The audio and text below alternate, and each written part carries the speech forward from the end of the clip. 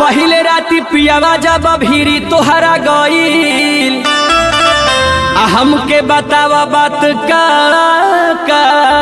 भईल। बलब बरत रहे हो, बलब बरत रहे हो, सैया चोचा वाला राख्या प्यार करत रहे हो, सैया चोचा वाला राख्या प्यार करत रहे हो, सैया चोचा वाला राख्या प्यार करत रहे हो।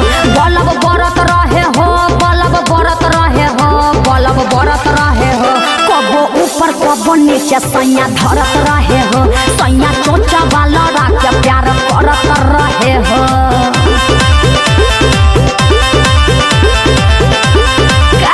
स्टूडियो आरा।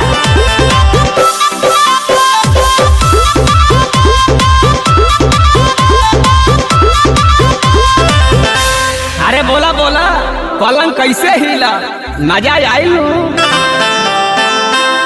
ए कैसे कैसे खेला तू पलंगिया पर खेललू आ कई बार चुमा तू पियावा के दिहलू।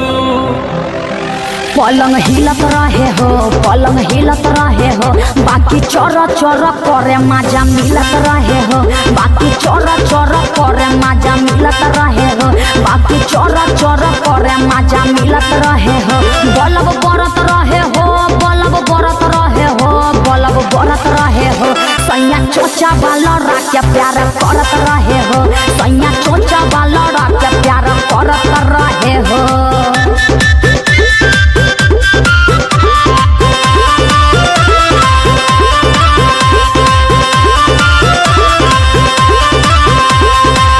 अरे सुना सुना और बतावा का भाई, बोला बोला। अरे भोरे वाला बात तनी हमके बतावा, दीपक तिवारी अरवा के जोनी तरसावा।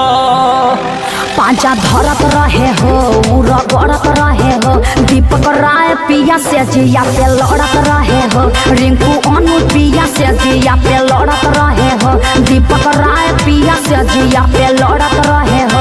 बलब बरत रहे हो, बलब बरत रहे हो, बलब बरत रहे हो, सैया चोचा वाला राख्या प्यार करत रहे हो, सैया चोचा वाला राख्या प्यार करत रहे हो। तब तक टेम्परेचर बढ़ले न हो।